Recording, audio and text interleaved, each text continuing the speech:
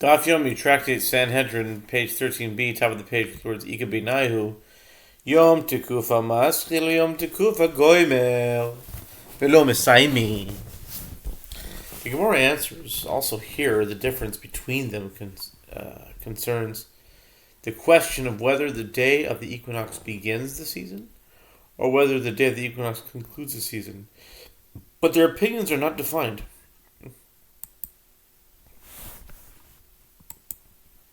Although it is apparent from the Braita that these two Tanaim disagree about this issue, it is not clear from the words which Tana ascribes to which of these opinions. Acherim oimrim miuto v'cham miuto arba asar yoim Micah Savri Ika Savri Yom Tekufa Goimer v'chulech chag v'inan ha'ika v'amar Rav Shmuel bar Rav Yitzchak Acherim v'tekufas Nisan kaimi tichsiv shmor es chodesh aviv shmor aviv v'shol tekufa shehei b'chodesh Nisan. The Braita teaches, the Tana referred to as Acherim says, the year is intercalated even on account of a minority of the month. And how much is a minority of the month? 14 days. The Gemara asks, what do Acherim hold? If they hold that the day, I don't know why Acherim is the day, I thought it was a him. It's a plural, it's a collective.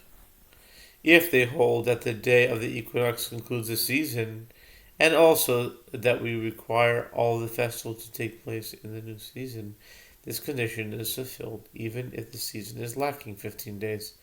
Rav Shmuel bar Yitzchak says Acherim are standing in, meaning discussing, the season of Nisan. As it is written, observe the month of spring and keep the Pesach. Deuteronomy 16:1, from which is inferred, preserve the day of the equinox of the spring to ensure that it will be in the month of Nisan, meaning that the equinox must occur during the first part of the month of Nisan by the 14th. The day of the paschal offering is sacrificed. Uli avrei al adar. The Gemara asks, in a situation like this, why is it necessary to intercalate the year? Amar Rav Acha bar Yaakov Tana l'matech chashiv Ari kamar ad miuto mi'abrin chama miut arba'asar yom. In a situation like this, why is it necessary to intercalate the year? But let them intercalate the month of Adar by adding a day to it, and this will cause the day of the equinox to occur during the first half of Nisan. Rav Acha bar Yaakov said, the Tana, whom the Braita here refers to as Acherim, calculated from the top, meaning the maximum number of days downward, and this is what he is saying, up to a minority of the month, meaning if the equinox would occur during the final days of Nisan, the court would intercalate the year and would also do so if the equinox would not occur earlier in the month, unless it would be early enough that only a minority of the month would be in the previous season. And how much is a minority? 14 days. But if the equinox would occur on the 14th, the year is not to be intercalated, but instead a day should be added to the month of Adar. Ravina Omal La'olam Acherim Tishrei Kaimi V'savar Kule Chag V'Yom Tov Rishon Chag HaAsiv Ksiv Chag Haba Bizman Asifa. Ravina said, actually, it can be explained that Acherim are standing in the season of Tishrei, and we're discussing Sukkot, as opposed to Passover. Acherim hold that we require all of the festival of Sukkot, including the festival of the first day, to take place in the new season. Since Sukkot begins on the 15th of Tishrei, the equinox must fall no later than the 14th. The Gemara asks, how is it possible to say that the festival on the first day must also be in the new season. It is written, the festival of the ingathering, Exodus 23:16, which is referring to the time when the crops are gathered. This can refer only to the intermediate days of Sukkot, since it is prohibited to gather crops on a festival. The Gemara answers, they interpret the verse to mean the festival that comes at the time of the ingathering, meaning in the autumn. Smicha Zikanim. Smicha Zikanim.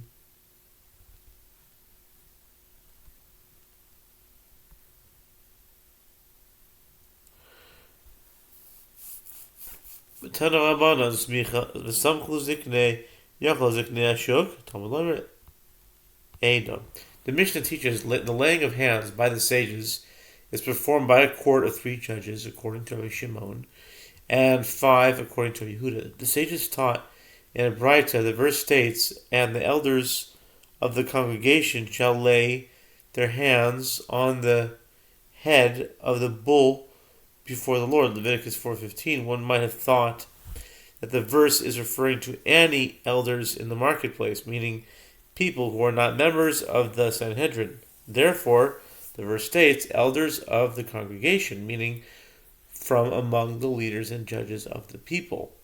Eda Yachol Katani Eda, Tani Tomer Ha'eda, Miyuchadin Sheba Eda, the Kamahain, the Samchu Shnaim, Ziknei Shnaim. Be'ain based in Shakul Mosifin Alehem, Hodacher, Hare Kan Chamisha. Divrei Rabbi Yehuda, Rabbi Shimon Omer, Ziknei Shnaim. Be'ain based din Shakul Mosifin Alehen Od Acher Hare Kan Shlosha. If it had written only congregation, one might have thought that they may be maybe the minor ones of the congregation, being members of the lesser Sanhedrin.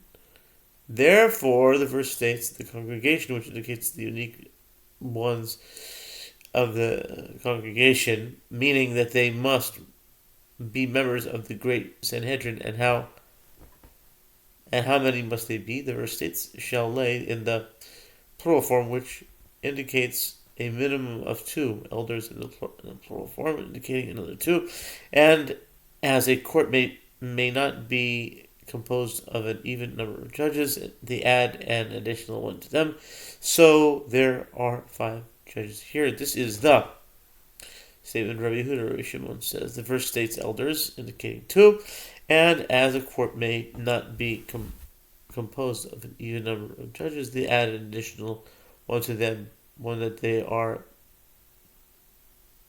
happy being judges there. So there are judges there. Okay. Rav Shimon Hakasuv Haksiv V'samchu Hahu Mibayle Gufe Rav Yehuda Legufe Lo Tzarech T'im Kin Lo Asi V'samchu Drasha Lechtov Ziknei Ha'eda Yedehem Al HaRosh HaPar. The Gemara asks, but according to Rabbi Shimon, isn't it written, and the elders of the congregation shall lay?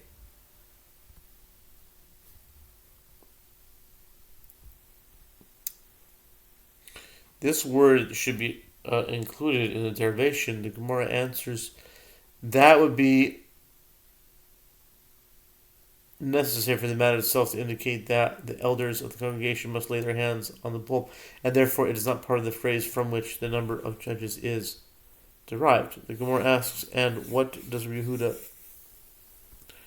respond to this? Rabbi Yehuda answers, it is not necessary to use this word for the matter itself, as if this would be so, the phrase, and the elders of the congregation shall lay, does not come to be interpreted. Let it write, the elders of the congregation lay their hands on the head of the bull. It could be understood that the elders lay their hands on the head of the bull. Excuse me, I think we're going to do the rest standing just for, not to be fall asleep. Let's see what we're holding here. Yeah. Because it's real easy to fall asleep at this point. So if I'm standing, maybe I won't fall asleep. Okay. We're holding our Reb Shimon. Reb Shimon haksiv samchu ahu bibayle gufei Reb Yehuda legufei letzarich. Im kein le'asi samchu le'dashu lichtav ziknei ha'eda yedehim al harosh apart. The Gemara asks, but according to Reb Shimon, isn't it written?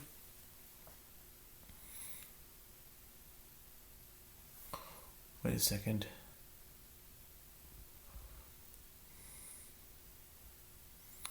Where was I actually?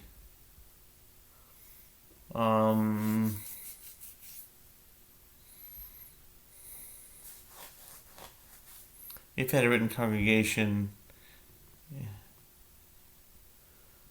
I guess from Shimon, that read out the shall lay plural form which indicates a minimum of 2 elders. Okay, I guess we'll just read from here. I Eda Yachal Eit Katana Eda, Talmud Lomer HaEda, Miyochaden Shib Eda. I probably read this already, but anyway. V'kamehein v'samchu shnayim, ziknei shnayim, ein beisin shakul mosifin, leim od echad, harei kan chamisha, d'Reb Yehuda, Reb Shimon Omer, ziknei shnayim, v'i beisin shakul mosifin, aleihem od echad, harei kan shlosha. Okay.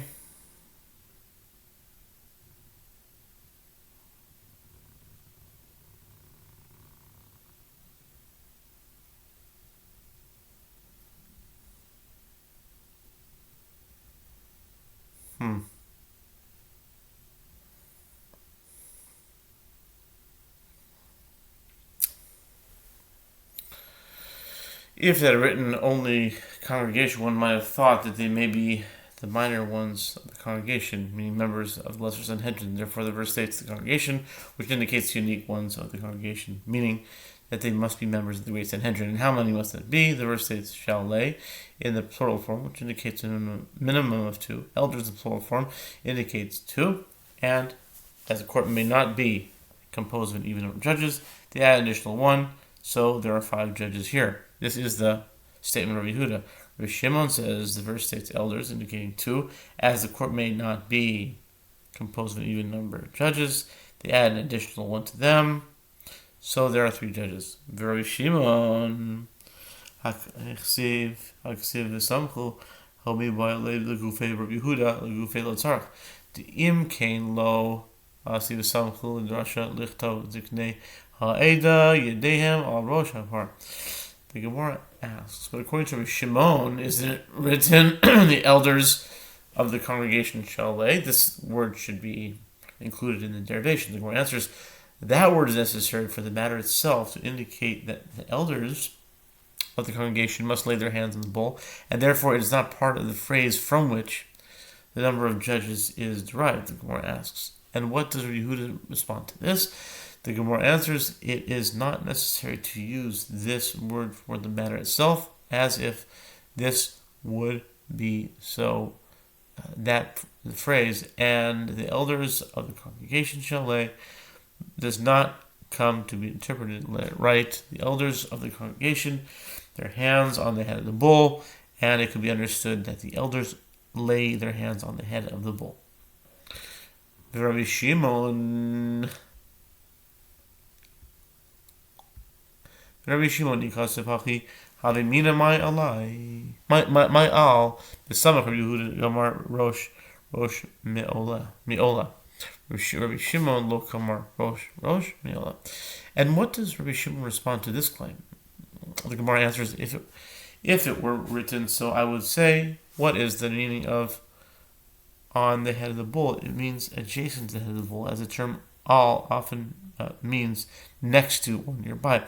And what does Rabbi Yehuda respond to this claim? He learns that the hands are placed directly on the bull's head by means of a verbal analogy from the word head in this verse and the word head written in the verse discussing a burnt offering, where the halacha states that the one bringing the offering must lay his hands literally and forcefully on the animal's head.